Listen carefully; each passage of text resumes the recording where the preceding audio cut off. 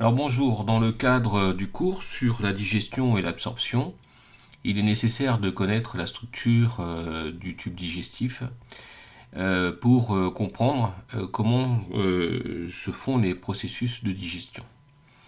Donc si on reprend un petit peu ici la structure d'un tube, eh bien on voit que le tube est formé depuis l'intérieur vers l'extérieur d'une muqueuse, puis d'une sous-muqueuse et d'une musculeuse qui est formée de deux couches. Une couche qui est au contact de la sous-muqueuse, qui est une couche qui est circulaire, et une couche plus superficielle, qui est une couche qui est longitudinale.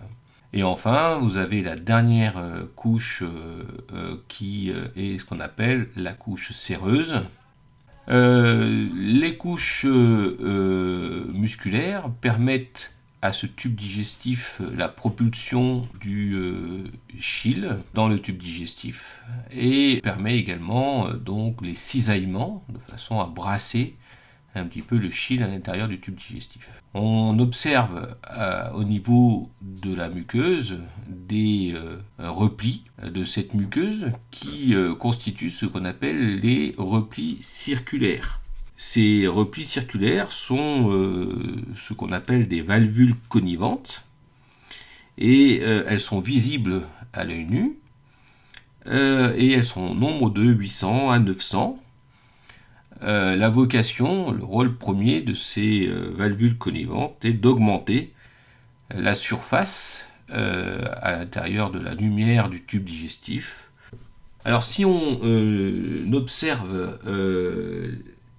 trois valvules ici connivantes, on retrouve la séreuse, on retrouve les couches longitudinales et les couches circulaires internes, musculaires, et on retrouve notre sous-muqueuse et notre muqueuse.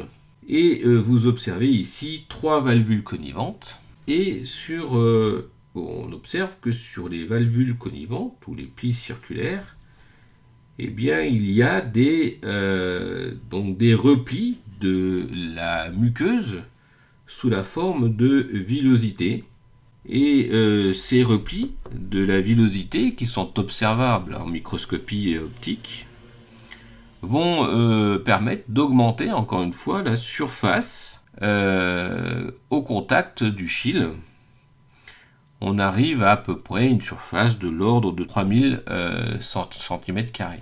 Alors ces villosités mesurent environ 1 mm de haut et elles présentent en fait à la surface une couche épithéliale, de cellules épithéliales que l'on appelle des entérocytes.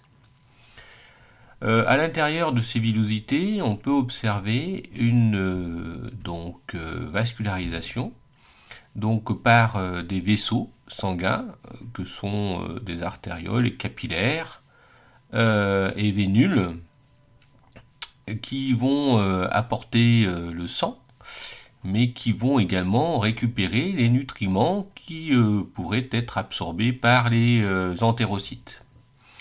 On peut observer également au niveau de ces villosités la présence d'un réseau lymphatique par les chylifères qui joue un rôle important également dans l'absorption de nutriments, notamment des lipides. Alors ces villosités jouent un rôle important puisqu'ils vont augmenter encore une fois la surface d'échange entre la lumière du tube digestif et le milieu intérieur. Alors si on regarde de plus près un petit peu les cellules épithéliales qu'on appelle les entérocytes, alors ces cellules présentent au niveau de leur pôle apical des replis de la membrane plasmique que l'on appelle des microvillosités.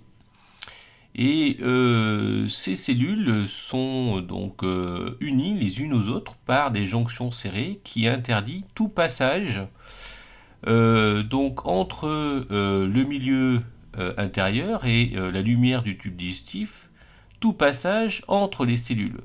Donc forcément, s'il y a un passage entre la lumière du tube digestif et le milieu intérieur, ça passera forcément par les cellules. Alors ces cellules sont unies les unes aux autres par des desmosomes, hein, qui sont des jonctions cellulaires particulières. Ce sont des cellules qui présentent un équipement d'organites classique avec des mitochondries, un appareil de Golgi, un noyau, des ribosomes. Alors ces cellules présentent, comme je vous l'ai dit, un pôle apical qui est au contact de la lumière du tube digestif et un pôle basal qui est au contact d'une membrane qu'on appelle la membrane basale. Alors ces cellules sont très importantes et impliquées dans les processus d'absorption des nutriments depuis la lumière du tube digestif, donc jusqu'aux capillaires qui seraient placés dans la sous-muqueuse. Alors pour résumer, le tube digestif est une machine à absorption qui est optimisée en ce sens qu'il y a un réseau lymphatique important en dessous des villosités intestinales, en raison du fait qu'il y a un épithélium qui est simple, c'est-à-dire qu'il n'y a une seule couche de cellules épithéliales, donc le traversée est beaucoup plus simple entre le tube digestif, la lumière du tube digestif et le réseau sanguin. Et enfin, un troisième élément qui explique que ce tube digestif est un système d'absorption efficace, c'est le nombre de villosités, de plis circulaires et de microvillosités vont augmenter considérablement la surface d'échange entre ce tube digestif, enfin la lumière du tube digestif et le réseau sanguin. Donc 3 éléments essentiels: augmentation de la surface par les villosités, un épithélium simple et enfin un riche réseau vasculaire, donc veineux, artériel et lymphatique au niveau des microvillosités.